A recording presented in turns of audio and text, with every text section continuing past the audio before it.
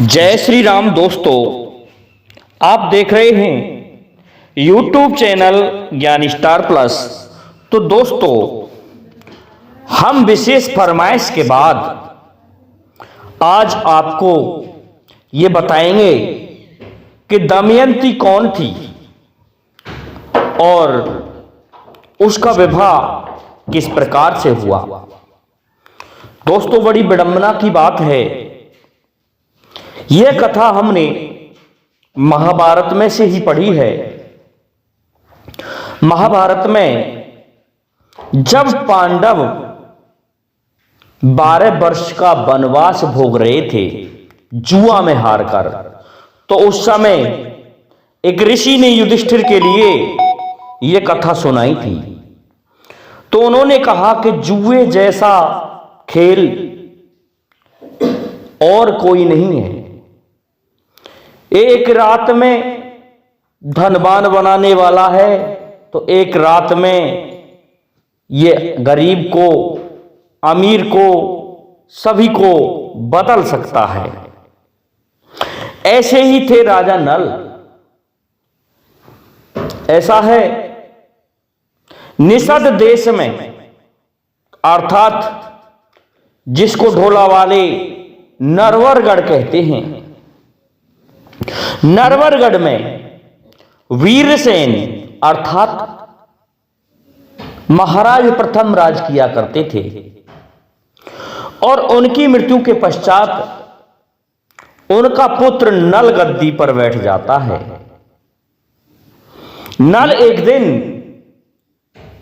अपने बगीचे में घूम रहा था कि वहां पर कुछ एक हंसों के जोड़े घूम रहे थे। नल ने देखा कि एक हंस उनके पास आ गया, और हंस जैसे ही पास में आया तो नल ने उसको पकड़ लिया। जब श्रोताओं राजा नल ने हंस को पकड़ लिया, तो हंस कहने लगा कि राजा नल, आप तो बहुत दयावान हैं जो मुझे इस तरह से सहला रहे हो। उसकी गर्दन को सहलाया राजा नल ने। परंतु मैं आपसे एक बात कहना चाहता हूं, यदि आप मुझे छोड़ दें तो मैं तुम्हारा संदेश विदर्भ देश की राजकुमारी दमयंती से कह दूंगा कि कामदेव के समान सुंदर कोई राजकुमार है तो वह है राजा नल, और उससे आपका विवाह हो जाएगा। दोस्तों, राजा नल इधर वैसे भी परेशान था, क्योंकि गजमोतनी से विवाह किए 12 वर्ष बीत चुके थे, लेकिन गजमोतनी के कोई संतान नहीं हुई थी। बड़ी विडंबना की बात है। तो राजा नल ने उस हंस को छोड़ दिया। हंस उड़ के चला जाता है अपने दल में, और जाकर के वह दल पहुंचता है विदर्भ देश में। उड़ करके वह विदर्भ देश में जैसे ही पहुंचा, तो दोस्तों वहां पर दमयंती अपनी सखियों के साथ खेल रही थी, और उन्होंने देखा कि हंसों के बड़े सुंदर जोड़े और हमारे इस महल में ही आ गए हैं। तो उन्होंने पकड़ना चाहा हंसों को। सभी हंस उड़ गए, लेकिन वह हंस नहीं उड़ा। वह जानबूझकर पकड़ने में आया था। जब राजकुमारी ने उस हंस को पकड़ लिया और उसे सहलाने लगी, तो हंस कहने लगा, राजकुमारी दमयंती, मैं तुमसे एक बात कहना चाहता हूं, यदि आप मुझे छोड़ दें तो। वह कहने लगी, बोलो। कि आप जैसी सुंदर इस संसार में कोई स्त्री नहीं है, इसलिए मैं तुमसे एक बात कहना चाहता हूं, आप जैसा ही सुंदर राजकुमार आपको चाहिए, और मैं कहता हूं कि देवता, मानव, यक्ष, गंधर्व, किसी में भी ऐसी सुंदरता मैंने नहीं देखी। हम हंस हैं और हम विचरण करते रहते हैं। इसलिए हे राजकुमारी, तुम्हें मैं बताता हूं कि तुम विवाह करो तो राजा नल से करना। राजा नल कामदेव के समान सुंदर स्वरूप वाला है, इसलिए तुम्हें विवाह राजा नल से करना चाहिए। इस बात को सुन के राजकुमारी कहने लगी, तो मेरी सूचना तुम दे दोगे, उसको जानते हो? तो हंस कहने लगा कि हां, मैं तुम्हारी सूचना दे दूंगा। इस प्रकार से दोस्तों राजकुमारी दमयंती छोड़ देती है हंस को। दोस्तों दमयंती इतनी सुंदर कैसे पैदा हुई कि भीम शिखर में राजा भीम राज करता था और राजा भीम के कोई संतान नहीं थी। एक दिन जब राजा और रानी दोनों परेशान थे तो वहां दमयंत नाम का एक ऋषि आया। तो उसकी तपस्या को देख करके राजा रानियों ने उसका बहुत आदर सत्कार किया। विशेष आदर सत्कार करने पर उन्होंने आग्रह किया कि महाराज, हमारे कोई संतान नहीं है, इसलिए आप हमें कोई संतान दे दीजिए जिससे हमारा कल्याण हो जाएगा। तो उस ऋषि ने उसे वरदान दिया, जिससे कुछ दिन पश्चात, कुछ एक समय पश्चात दमयंती का जन्म हुआ। दमयंती ऐसी सुंदर स्त्री थी कि कोई भी मृत्युलोक और स्वर्गलोक, नागलोक, कहीं पर भी ऐसी सुंदर कन्या नहीं थी। इतनी सुंदर थी लोगों दमयंती। तो दोस्तों उस दमयंती के संदेश को वह राजहंस लेकर के चला जाता है निषद देश को, नरवरगढ़ को, और वहां जाकर के नल के पास पहुंच करके कहता है कि महाराज नल, वह आपके लिए व्याकुल है, इसलिए अब आप ऐसा करें, उससे शादी करें। इधर दोस्तों इस बात को सुन के दमयंती परेशान रहने लगी, तो उसकी तबीयत, उसका स्वास्थ्य खराब होने लगा, बिगड़ने लग गया, उसका स्वास्थ्य बिगड़ गया। अब तो दोस्तों जब राजा ने यह देखा कि हमारी लड़की अस्वस्थ है, तो राजवैद्य को बुलाया और राजवैद्य को बुला करके कहा कि ऐसा है राजवैद्य, हमारी लड़की की नबज देखो।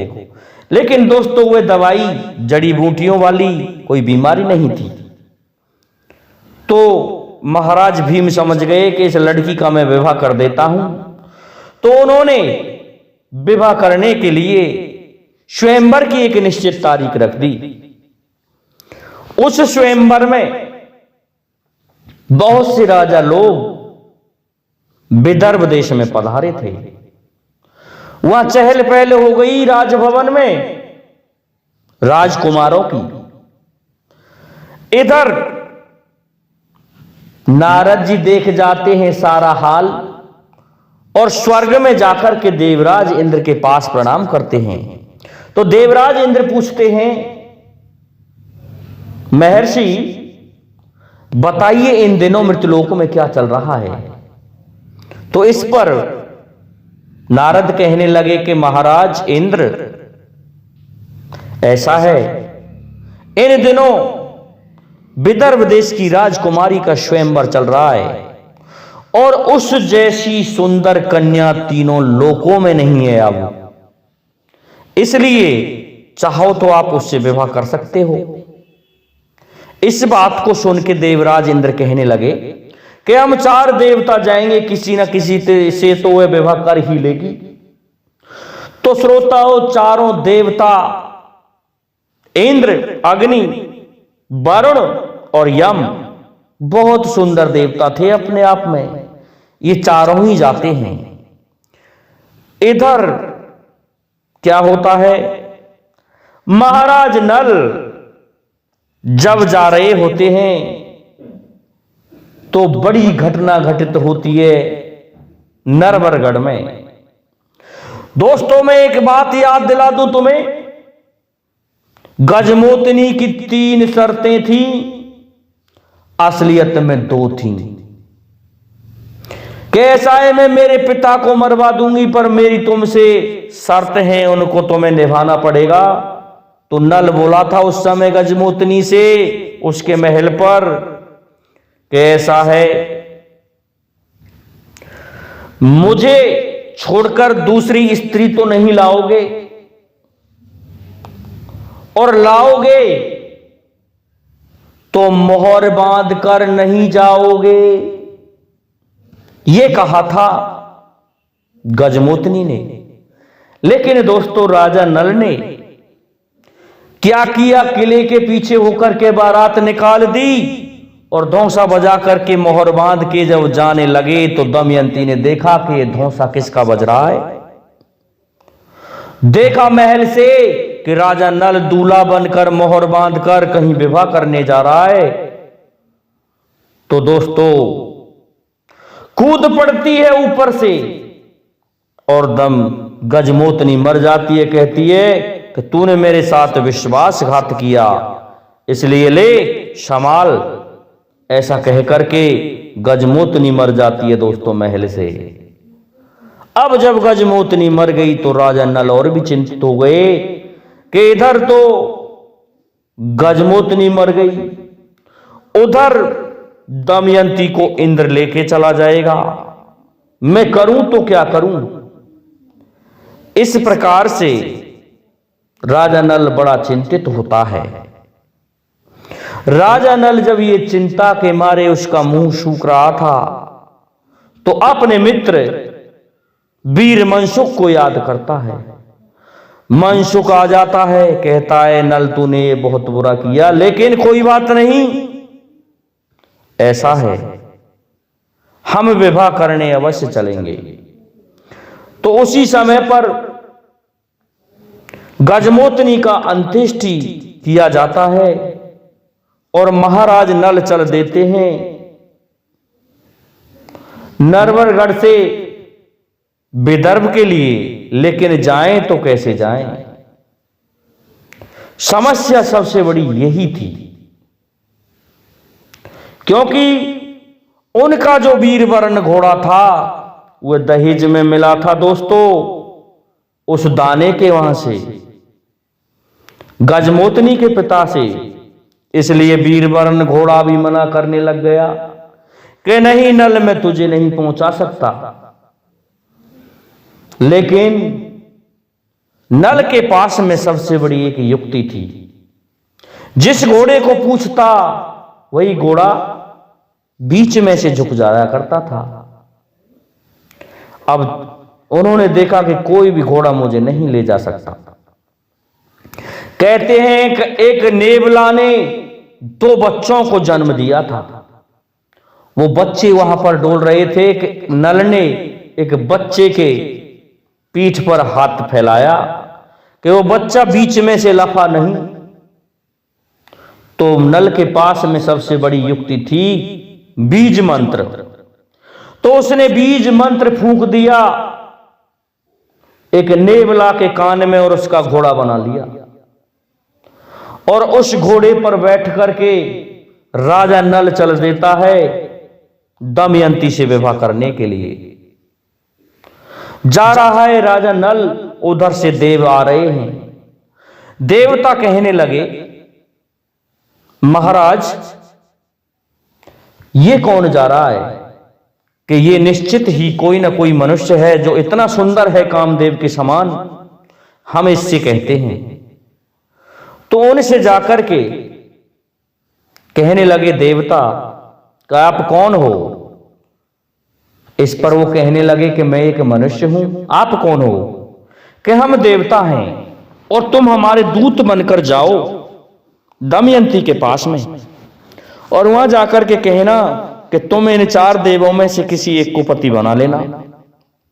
नल कहने लगा, अरे भले इंसानों, ये बताओ देवताओ, मैं उसे प्राप्त करने जा रहा हूं और तुम मुझसे ये कहते हो कि तुम हमारा संदेश लेकर दूत बनकर जाओ। मैं राजा नल हूं, लेकिन उन्हें वचनों में बांध लिया था। तो इस पर नल कहने लगा कि मैं कैसे जा सकता हूं अंदर, वहां तो पहरा लगा होगा। तो इस पर देवता कहने लगे कि हम हमारी शक्तियां तुम्हें देते हैं, तुम अंदर प्रवेश कर जाओगे और तुम्हें कोई देख भी नहीं पाएगा। इस प्रकार से कह दिया राजा नल से। तो राजा नल चल देता है विदर्भ के किले की तरफ। वह उन देवताओं की शक्तियों का प्रयोग करके भीतर रनिवास में पहुंच जाता है, जहां पर कामदेव के समान जैसे ही राजा नल पहुंचा तो राजा नल देखता है कि तीनों लोकों में परम सुंदरी दमयंती वहां पर दिखाई दी। अब तो दमयंती और अन्य स्त्रियों ने जब राजा नल को देखा तो सोचने लगी कि इतना सुंदर इंसान रनिवास में कैसे आ गया, लेकिन कुछ बोली नहीं कि निश्चित ये कोई देवता है, बाकी पहरा लगा हुआ है, कोई आ ही नहीं सकता है। जब रानियां इधर उधर हो गईं तो राजा नल दमयंती की तरफ जाने लगे तो दमयंती पूछने लगी कि आप कौन हैं। तो इस पर राजा नल कहने लगा कि दमयंती मैं नल हूं, परंतु इस समय मैं तुमसे विवाह करने के लिए नहीं आया हूं। मैं यहां दूत बनकर के आया हूं और इस तरह से देवताओं ने मुझसे कहा है कि तुम उन 4 में से किसी का वर्ण करें। लेकिन दमयंती कहने लगी कि उन देवताओं को मैं किसी तरह मना लूंगी, लेकिन ये मत कहना कि तुम उन 4 में से किसी से विवाह कर लो, मेरे पति तो आप ही हैं। ऐसा कह दिया। दोस्तों, यहां से आगे की कथा हम आपको कल सुनाएंगे, ये वीडियो लंबा हो जाएगा। और दोस्तों, आगे की कथा भी हम सुनाएंगे, ये हमने विशेष फरमाइश पर सुनाया है। साथियों, जय हिंद, जय भारत, जय जय श्री राधे, जय जय श्री राम।